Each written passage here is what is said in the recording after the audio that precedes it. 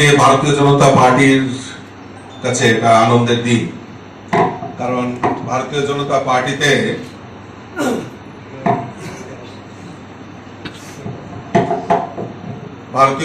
পার্টিতে আজকে যারা দীর্ঘদিন ধরে প্রদেশ কংগ্রেসের নেতৃত্ব দিয়ে এসেছিল, আজকে তাদের মধ্যে অধিকাংশ লোক আজকে ভারতীয় জনতা পার্টিতে যোগদান করছে।